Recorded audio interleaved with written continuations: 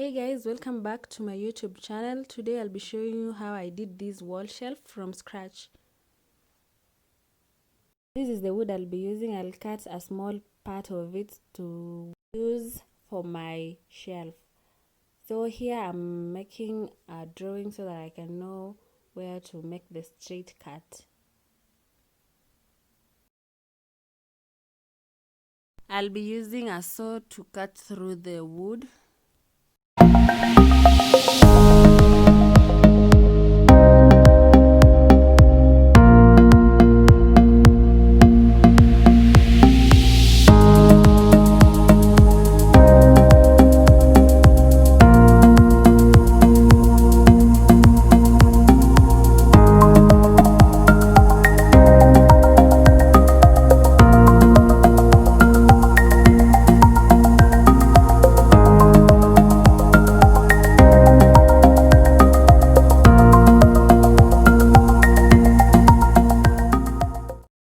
It didn't come out perfect, but it will serve the purpose.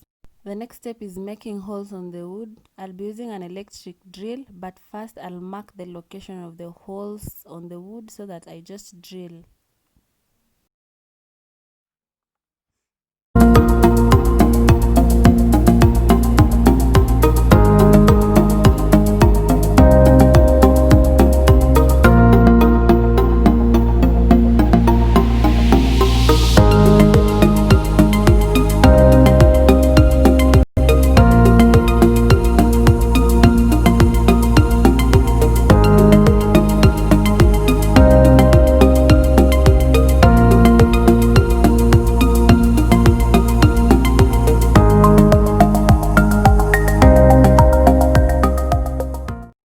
The next step is inserting the rope that I'll be using to hang the wood on the wall inside the holes.